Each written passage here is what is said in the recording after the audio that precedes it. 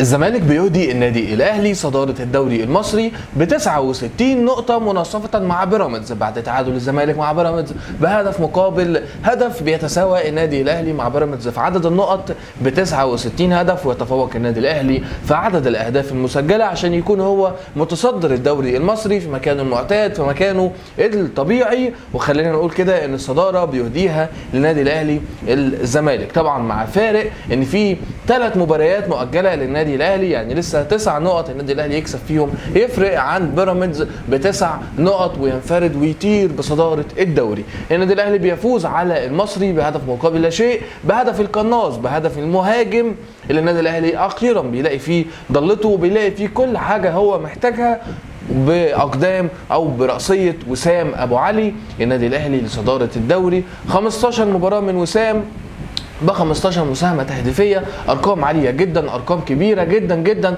لوسام ابو علي. خلينا نقول ان انا مستغرب ازاي صفقه وسام ابو علي مرت مرور الكرام كده. الصفقه تمت بهدوء بدون ما حد فينا ما يحس باي حاجه، اللاعب بيجي وينزل ويلعب بيتالق بيسجل، هو ده المهاجم. فينك من زمان؟ فينك يا راجل من زمان؟ فين الحلويات دي من زمان؟ ازاي النادي الاهلي اصلا يتعاقد مع مهاجم ويطلع فعلا كويس؟ ازاي النادي الاهلي يجيب مهاجم ويطلع فعلا مهاجم كويس؟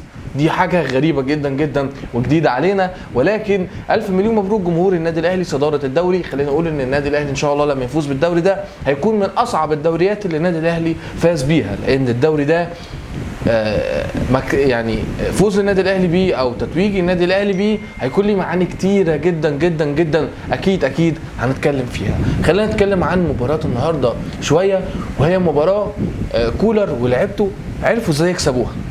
ما دوروش على ازاي يلعبوا في المباراه دي، لا هم عرفوا ازاي يكسبوا المباراه دي، مش ازاي يطلعوا نتيجه نقول عليها شابوه او الكلام ده. هم نازلين عايزين يكسبوا المباراه باي نتيجه. خلينا نقول ان الشوط الاول كان تحت المتوسط، ما كانش افضل حاجه، ما كانش احسن حاجه، لان انت برضو مش بتلاعب خصم ضعيف، انت بتلاعب المصري، خصم عنده كوره، خصم عنده عناصر كويسه جدا جدا جدا جدا وعامل عليك جيم كويس. فانت الشوط الاول كنت تحت المتوسط من حيث ان انت ضغط المباريات وتلاحم المباريات والكلام ده.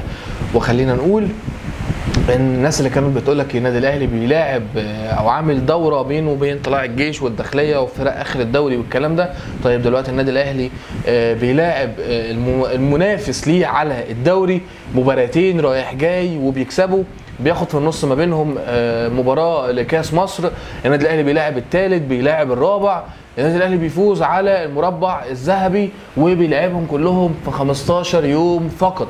فانا مستني دلوقتي فين الناس اللي كانت بتقول ان النادي الاهلي محطوط له مبارياته مع فرق اخر الدوري والكلام ده كله، اما النادي الاهلي يلعب مع المربع الذهبي ومع اقوى فرق في الدوري في 15 يوم بس، يلعب حوالي 4 أو 5 مباريات في منتهى الاهميه ومنتهى القوه، ويجي بعد كده يقول لك ده النادي الاهلي عامل دوره وديه مع فرق اخر الدوري.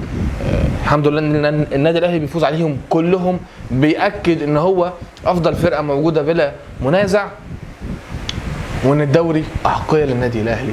بعد شوط اول تحت المتوسط من كتيبه كولر، عبد المنعم ما كانش مركز وفي حاجه شغله تفكيره، محمد هاني كان كويس الى حد ما، كريم فؤاد بيقدم نفس الاداء بتاعه كويس، رامي ربيعه برده موجود، الشناوي ما جاش عليه كور كتير، خط الوسط الثلاثي بتاع خط الوسط كان كويس برده الى حد ما، ولكن كان خط الوسط مفتقر وناقصه مروان عطيه، وكنا حاسين بغيابه النهارده للاسف. يمكن امام عاشور ما كانش مقدم برده المطلوب في الشوط الاول بشكل كافي، كريم فؤاد برده كان يعني الغايب الحاضر، اداؤه ما تحسش بيه، ولكن كان خط الوسط مقدم المطلوب منه على الاقل. ثلاثي هجومي يمكن كان اقلهم في الشوط الاول هو حسين الشحات. ننزل الشوط الثاني بعد ما خلصنا الشوط الاول، الخصم بدا يجهد شويه بدنيا، زي ما قلنا خصم بيلعب كوره، كولر عرف ازاي بقى يفوز عليه، عرف ازاي يسجل الهدف ويحافظ عليه. سجلنا هدف اخيرا من عرضيه، العرضيات يا جماعه بتتسجل، العرضيات لما بتتعمل صح بتتسجل.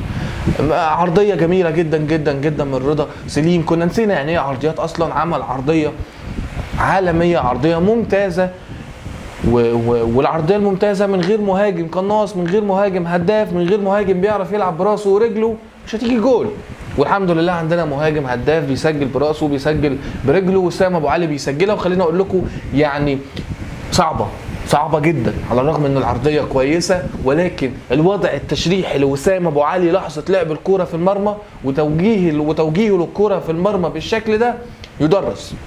لان برضو خلينا نقول على الرغم من مثاليه العرضيه الا ان مش اي حد هيقدر يسجلها. ف عرضيه رائعه من رضا سليم بيترجمها وسام لهدف، وسام بيخرج بيريحه شويه.